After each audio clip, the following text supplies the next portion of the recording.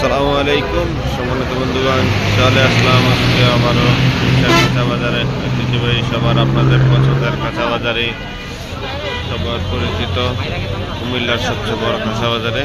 দেখেন আজকে শাক বাজার, কৃষকের শাক বাজার,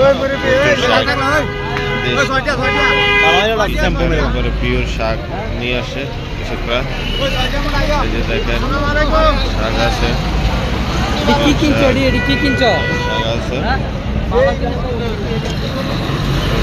শাক এই যে শাক আজকে প্রচুর শাক আছে বাজারে। এই যে শাক, এখান থেকে শাক বিক্রি করা হয়। এই যে দেখেন শাক, গাড়ি গাড়ি প্রচুর গাড়ি গাড়ি শাক, সব কৃষকের শাক সবজি এগুলো কৃষকরা, এই শাকগুলো কৃষকরা নিয়ে আসে বাজারে। এই যে দেখেন, এই যে লাল শাক বলতেছে 60 টাকা, 60 টাকা মোটা বিক্রি করতেছে লাল শাক। কিতা আনছে? মূলা নিয়ে আনছে। মূলা শাক কত করে বেছেন? দামে তো বোঝা যায় না, 60 টাকা 50 টাকা 60 টাকা মোটা মূলা যে 50 টাকা 50 টাকা মূলা শাক বলে। শুক্রবারে তাহলে ইয়া কম থাকে, ফাইকার কম থাকে। শুক্রবারে বেচে কিনা?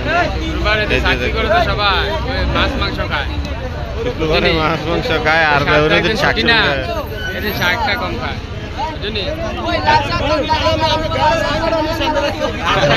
লাল শাক কেউ খায় না, কেউ ভালো আছেন নি?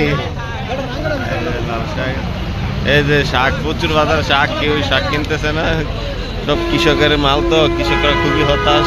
আজকে শুক্রবার, এই জন্য বিক্রি হচ্ছে না বাজারে, শাক বিক্রি হচ্ছে না।